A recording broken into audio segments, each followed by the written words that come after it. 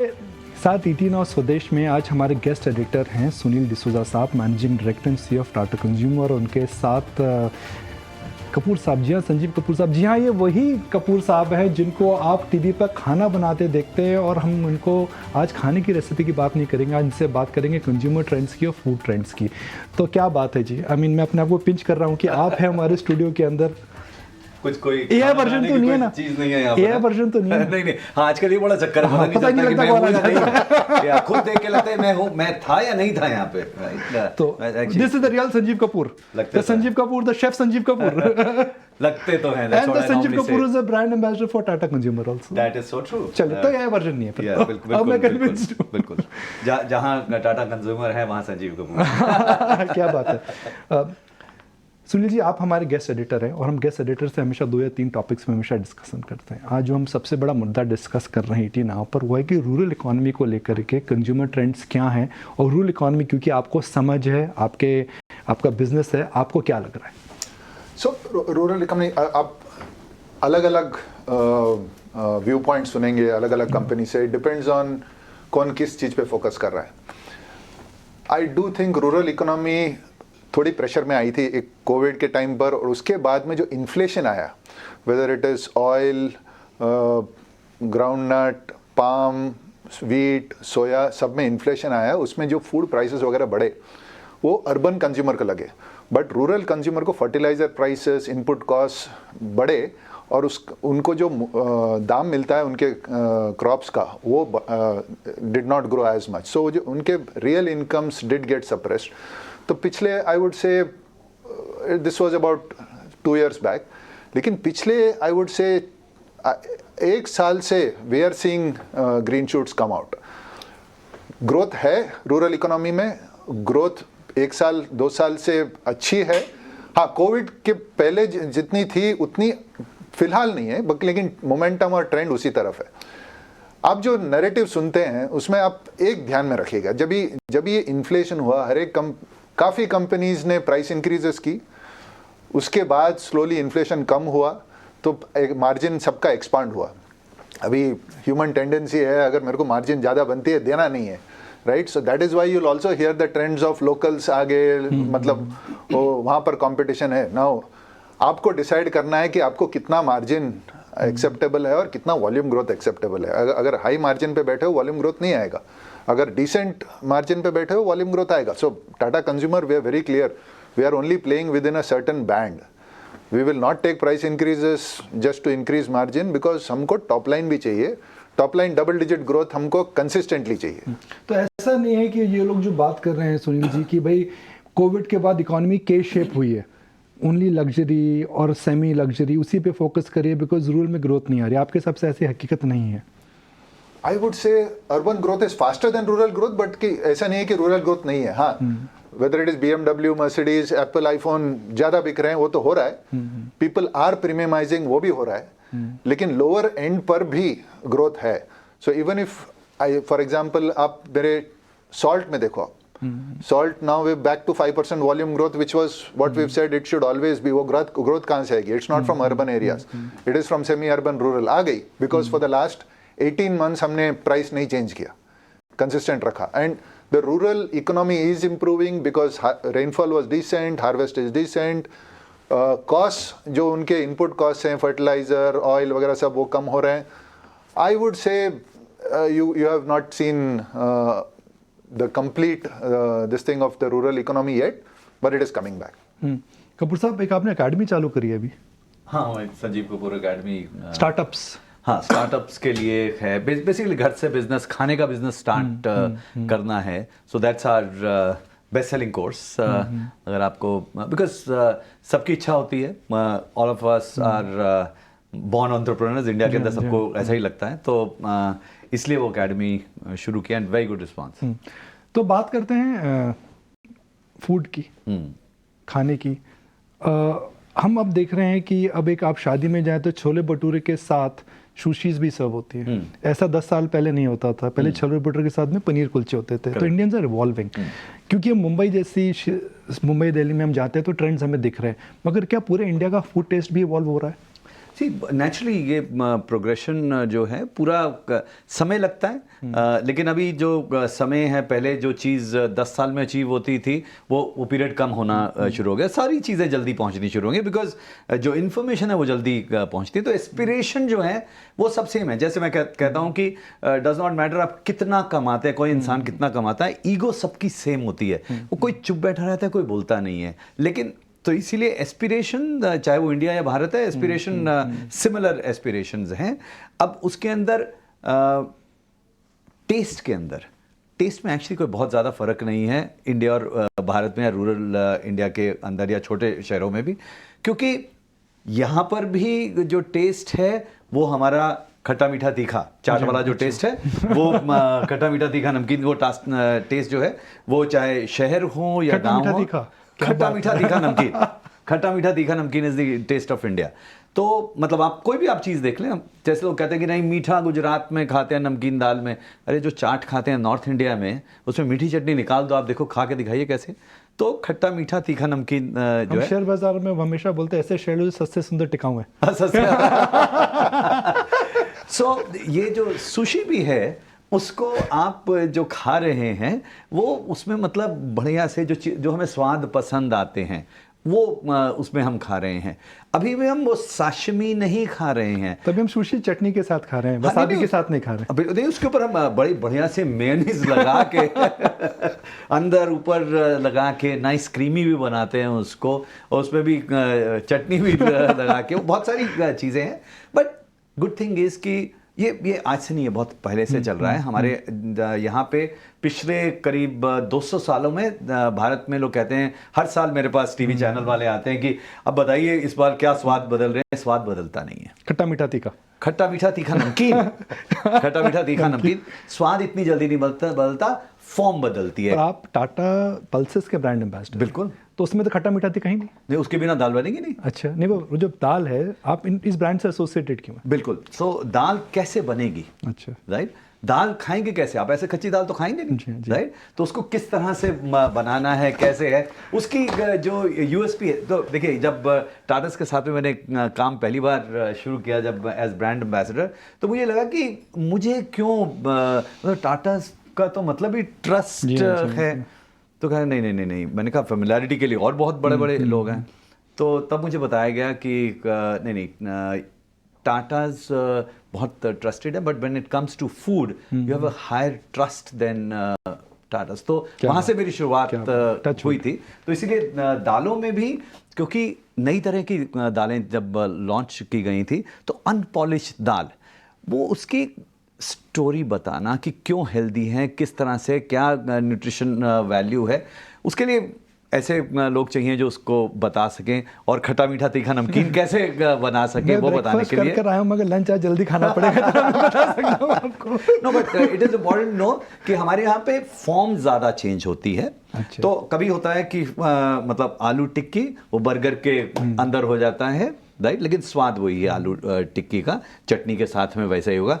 कभी वो नूडल की फॉर्म में आ जाता है, राइट, तो स्वाद लेकिन फिर भी वही हमारा मसाला वाला स्वाद है। तो ये हमारे चाहे मीठे हों या सारे हों, हमारा अगर हम थाई करी भी खाते हैं ना, तो अगर हमें उसमें से कोई फ्लेवर प्रोफाइल है कि हमें फिश सॉस का फ्लेवर अच्छा नहीं लग रहा, तो हमारे यहाँ पे जो थाई करी बनेगी वो फिश सॉस के फ्लेवर के बिना बनेगी। तो टेस्ट नहीं चेंज होते हैं, हमें ऐसा लगता है टेस्ट चेंज हो रहे हैं। मैंने एक ऐड देखा था, Thai curry without Thai. Made in India, तो बिना अंडे का ऑमलेट भी मिलता ही है हमारे यहाँ, जैन ऑमलेट। सुनील जी, टाटा कंज्यूमर की बात करते हैं। पिछले 4 साल में आपके नेतृत्व में स्टॉक 3 गुना हो चुका है। पी मल्टीपल और मार्केट कैप में शेयर होल्डर्स और मार्केट इस समय काफ़ी अच्छे। मार्केट कहता है भाई सुनील साहब आए, उन्होंने सारे जो इनएफिशिएंसी थी उनको ठीक करा, फिर उन्होंने नए ब्रांड्स और कैटेगरीज में गए, अब उन्होंने ग्रोथ एक्वायर करी है। तो अगला कदम आप क्या अब लेने वाले हैं? So growth is the story of Tata consumer. अभी फिलहाल तक जो है निकुंज जी, वी बेसिकली डिसाइडेड कि खेलना कहाँ है और कहाँ नहीं खेलना है। अच्छा। जो बाय कैटेगरीज हमने वो डिसाइड किए। उसके बाद बेसिक फाउंडेशन बनाया कि करेंगे कैसे। इंडिया में डिस्ट्रीब्यूशन चाहिए, ब्रांडिंग चाहिए, इनोवेशन चाहिए, इनोवेशन के लिए R&D टीम चाहिए। इंडिया में अगर 8-9 मिलियन किराना दुकानें हैं, वहाँ पे डिस्ट्रीब्यूशन है, जो रियल टाइम इंफॉर्मेशन चाहिए प्लानिंग के लिए तो डिजिटल चाहिए, वो बिल्ड किया। और मोस्ट इम्पॉर्टेंटली टीम बिल्ड करी। सब ये सब करने के लिए सब प्लानिंग आप कर लो, लेकिन ultimately it is the team which will execute. तो टीम बिल्ड किया और then we said will grow organically and inorganically. So organically जो है वो हमारा प्लान सेट है, अगले 2-3 साल के लिए कौन से कैटेगरीज में खेलेंगे, कौन से कैटेगरीज में नहीं खेलेंगे। Inorganically it depends. I mean again हमने कैटेगरीज आइडेंटिफाई किए हैं, लेकिन जो हमको पसंद है वो सेल पे नहीं है, जो सेल पे है वो हमको पसंद नहीं है। तो कौन सी कैटेगरीज हैं? It's mostly process foods, because largely हम लोग चाय और नमक से फाउंडेशन बनाया था, लेकिन उसमें ग्रोथ कम है, मार्जिन्स आर डिसेंट।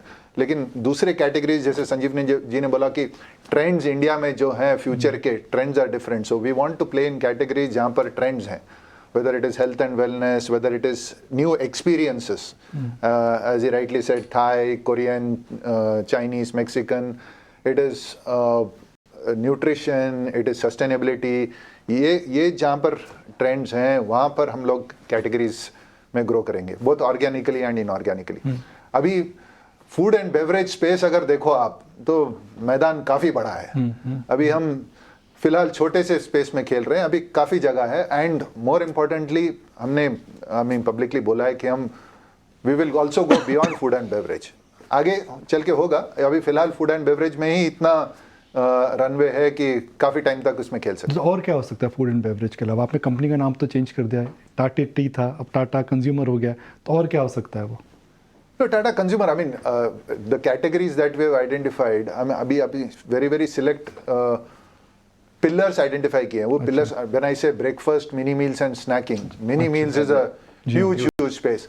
स्नैकिंग अभी फिलहाल हमने सोलफुल से शुरू किया है, and that is because Soulfull health and wellness, sustainability, taste, everything, convenience, but that snacking space is huge. But will we play general snaking? No, we want to be very clear कि हम लोग उस जगह पे खेलेंगे जहाँ कर we can create value, we can create differentiation, and most importantly stay true to the Tata values.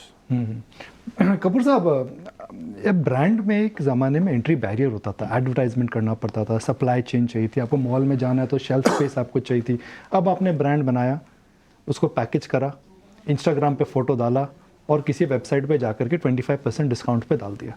बड़े ब्रांड्स क्रिएट हो रहे हैं, कैटेगरीज बड़ी हैं मगर ब्रांड्स भी बड़े हो रहे हैं। क्या आपको लगता है कि कोई छोटे ब्रांड बड़े हो सकते हैं? कि भाई अब देखिए, एक बड़ा एग्जांपल मैं देता हूँ, प्राइम स्पोर्ट्स ड्रिंक, किसी को नहीं पता था, it became one of the biggest community story. क्या इस प्रकार की कम्युनिटी ब्रांड्स क्रिएट हो सकते हैं?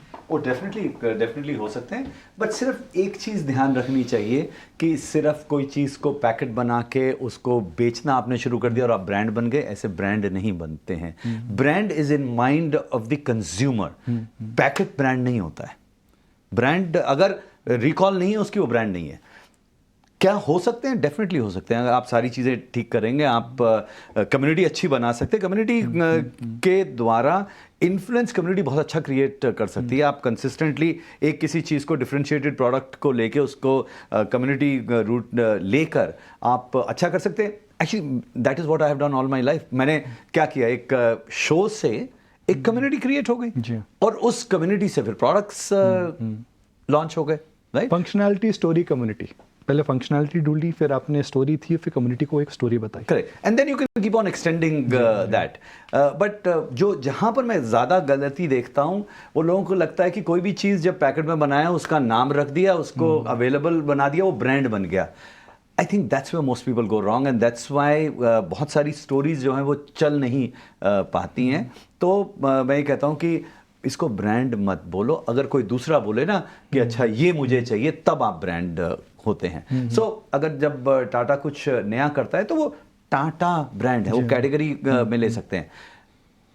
प्राइम जैसे आपने कहा, I think there would be stories आएंगी, बहुत सारे अपॉर्चुनिटीज हैं, brilliant young minds are there. और कंजम्पशन के जो पैटर्न्स हैं, जो डिस्ट्रीब्यूशन के मैकेनिक्स हैं, वो नए नए इवॉल्व हो रहे हैं। और सब लोग टेस्ट ट्राई करने में, और कभी पता नहीं चलता कि कौन सी चीज़ चल पड़ेगी। एज आई से दिस की जो हमें आज लगता है कि ओहो ये कैसे पॉसिबल होगा, पहले लगता था 30 मिनट में पिज्ज़ा कैसे होगा, अब 10 मिनट में लगता है अरे अभी तो 8 मिनट हो गए कि क्या हो गया। और ये जो चीज़ें अनरियल लगती थी वो सारी चीज़ें रियल होनी शुरू हो गई हैं। हो सकता है बहुत सारी चीज़ें हम जिसको डिस्कस भी नहीं कर रहे हो, ऐसी कैटेगरीज जो हम सोच भी नहीं रहे हो उसमें ग्रोथ आए, because consumer is ready. Consumer actually वो उसको कुछ ऐसा दें जिससे उसकी एक्साइटमेंट बढ़े, वो तैयार हैं अब ट्राई करने के लिए, जो शायद पहले उतना नहीं थे। सुनील जी, आखिरी 2-3 सवाल। हम इन्फ्लेशन की बात करते हैं, अक्सर मानना है भाई इन्फ्लेशन आती है तो उसका सीधा डिमांड सबसे पहले आता है डिस्क्रिशनरी स्पेंड पर। आप जो गाड़ी लेने वाले थे नहीं लेते हैं, फॉरेन ट्रैवल कम कर देते हैं, बड़ा का छोटा पैकेट कर देते हैं, FMCG कंपनीज हमेशा उसी पैकेजिंग में श्रिंकफ्लेशन कर देती हैं। क्या वो अब खत्म हो चुकी है? आई वुड से ब्रॉडली खत्म हो चुका है। You saw that inflationary spike 2 साल पहले जब even the Ukrainian war broke out, supply chains constraint हुए थे, तभी तेल के दाम बढ़े, वीट, पाम ऑयल सबके दाम बढ़े, तो सब कंपनीज ने प्राइस इंक्रीज ले ली। अभी अगर आप देखो, fundamental driver of inflation across the globe is इधर सप्लाई चेन और petroleum. Petroleum is flat, supply chains हाँ थोड़े बहुत अभी you can hear new chatter, but supply chains are flat. I would say cost are basically benign, so to speak. होगा inflation, because if an economy is growing at 7-8%, India, I think 3-5% inflation will be there. So, but it is not the 7-10-12% which will derail consumer demand. So, at least near term जो है, I would say broadly benign inflation, companies wouldn't be overtly worried about it. तो Covid में मार पड़ी sentiment को, मगर consumer companies को फर्क नहीं पड़ा, because people were consuming more खट्टा मीठा स्नैक्स, राइट? उसके बाद है इन्फ्लेशन, जिससे मार पड़ी कंपनीज की प्रॉफिट्स को। क्या मैं बोल सकता हूँ कि अब एक इकॉनमी पहली बार बैलेंस लग रही है, ग्रोथ अच्छी है, सेंटिमेंट अच्छा है, और जो इन्फ्लेशनरी प्रेशर्स थे वो खत्म है, तो अगले 2-3 साल डबल डिजिट ग्रोथ के आसार हैं? I would remain bullish on that. 2-3 चीजें हैं. Rural has come back. Rural is the big driver of India's consumption story. That's number one. Number two, sentiments have come back. I mean, because consumers are seeing 8% GDP growth, which means generally everyone starts to feel richer, और इसके लिए consumption होगा.